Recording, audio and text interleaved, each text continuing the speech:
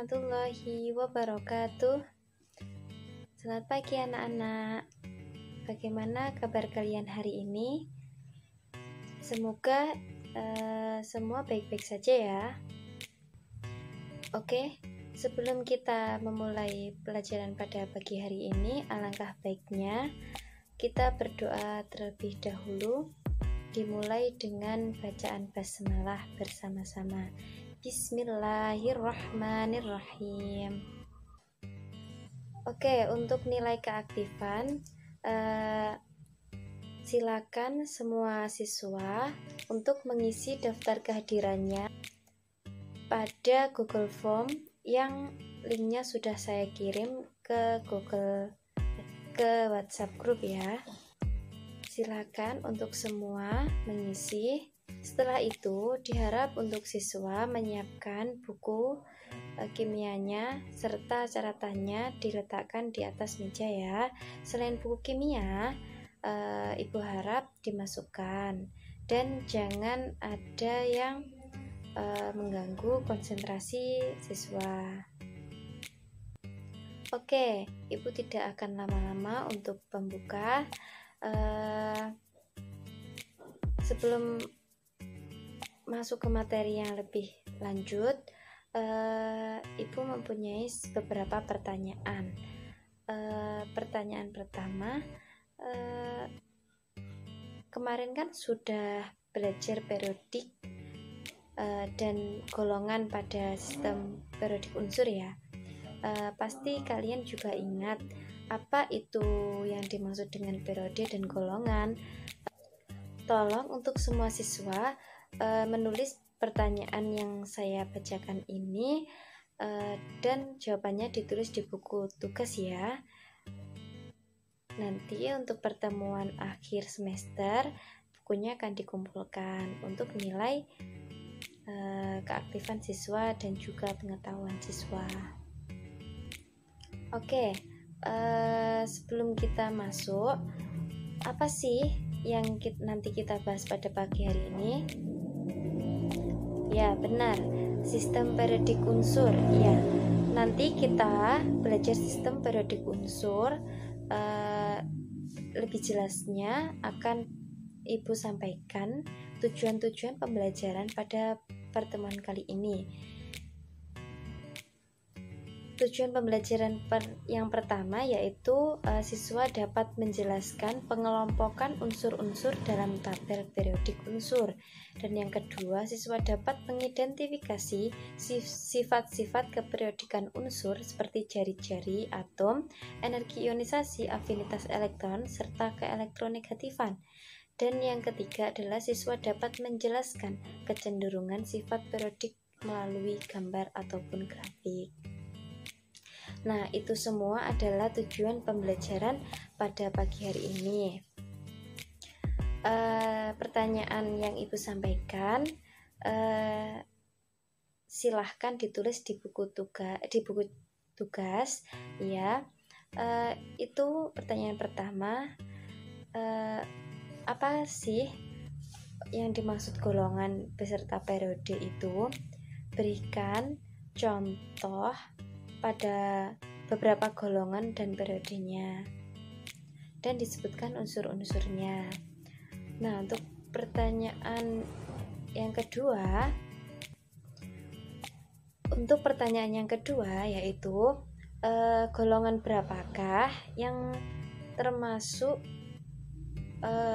sifat yang mempunyai sifat paling reaktif dan mempunyai sifat yang paling stabil.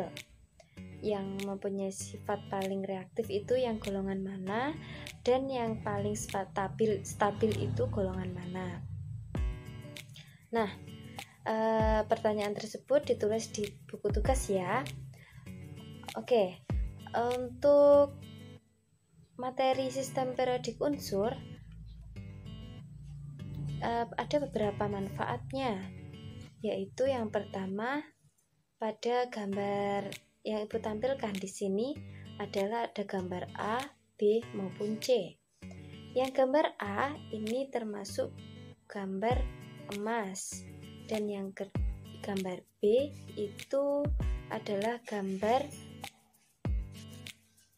besi, dan yang gambar C itu adalah gambar orang saat bernafas mengeluarkan oksigen, menghirup oksigen dan mengeluarkan karbon dioksida.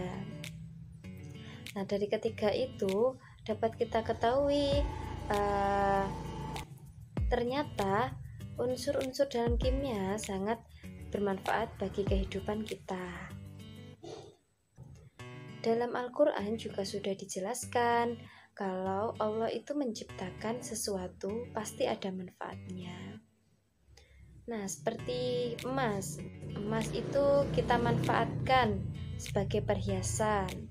Nah, ternyata emas itu ada dalam tabel keperiodikan unsur. Emas tersebut adalah simbolnya AU. Nah, AU itu termasuk golongan transisi. Nah, nanti kita akan mempelajari penggolongan. Nah, sedangkan untuk besi disimbolkan dengan huruf Fe. Itu terdapat pada golongan transisi juga. Ada golongan ke 6A yaitu oksigen. Yaitu oksigen tadi yang kita butuhkan saat kita bernafas. Nah, kita kan sudah mengenal golongan maupun periode. Nah, Ibu bahas golongan itu adalah kolom-kolom vertikal dalam sistem periodik unsur, yaitu yang berada pada dari ke atas sampai ke bawah. Jika periode itu adalah lajur-lajur horizontal dalam sistem periodik. Nah, itu lajurnya dari ke kanan ke kiri ataupun ke kiri ke kanan. Biasanya jadi kanan ke kiri. Jadi satu periode. Setelah kita mengetahui apa sih periode dan golongan, ternyata unsur-unsur golongan yang stabil itu adalah pada golongan 8A, yaitu gas mulia. Nah, gas mulia itu terdapat pada unsur He, Ne, Ar, Kr, Xe, Rn. Dan untuk golongan yang reaktif itu pada golongan 1A dan 2A. Namun yang paling reaktif itu adalah golongan 1A, yaitu logam alkali. Nah, masuk pada materi yang pertama, yaitu penggolongan unsur-unsur sistem periodik. Nah, penggolongan itu berdasarkan apa? Yaitu dengan unsur-unsur yang mirip sifatnya, yaitu biasanya dalam satu golongan. Dan jika berdasarkan kenaikan massa atom relatifnya itu ditempatkan pada periode. Nah, pada tabel periodik unsur ini ada beberapa golongan. Yang pertama ada 1A, itu disebut dengan golongan logam alkali, dan untuk 2A yaitu logam alkali tanah, dan yang ketiga itu, dan keempat, kelima, keenam, dan yang ketujuh itu adalah 7A itu termasuk halogen, dan yang ke 8A yang pojok itu termasuk gas mulia. Terus ada lagi yang masuk ke dalam itu termasuk golongan transisi. Nah, di bawahnya transisi itu ada laktanida dan aktinida. Bisa dilihat secara jelas ya penggolongan tersebut. Nah, ini adalah contoh dari struktur atom. yaitu pada kulit pertama atom itu terdiri dari 2 elektron, dan pada kulit kedua atom tersebut terdiri dari 8 elektron. Urutan setelah kulit kedua yaitu kulit ketiga, yaitu berisi 18 elektron, kulit keempat berisi 32 elektron, dan kulit kelima berisi 50 elektron. Nah, itu semua adalah maksimum dari elektron per kulitnya. Nah, ibu mempunyai satu atom iodin, yaitu mempunyai 53 nomor atomnya. Nah, nomor atom 53 itu berapa elektronnya? Yaitu sama dengan nomor atomnya, yaitu 53.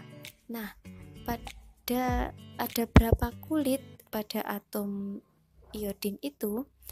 Nah, bisa dilihat pada atom iodin pada kulit ke satunya itu ada 2 elektron, dan pada kulit kedua ada 8, dan ke kulit 3 dan 4 ada 18, dan seterusnya ada kulit terluar itu terdapat 7 elektron.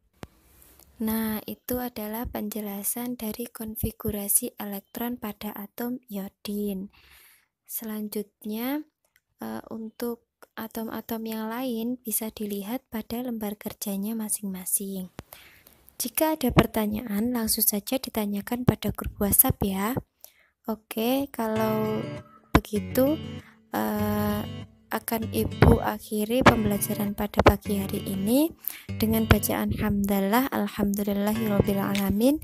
Sekian dari ibu, jika ada kurang lebihnya ibu mohon maaf. Wassalamualaikum warahmatullahi wabarakatuh.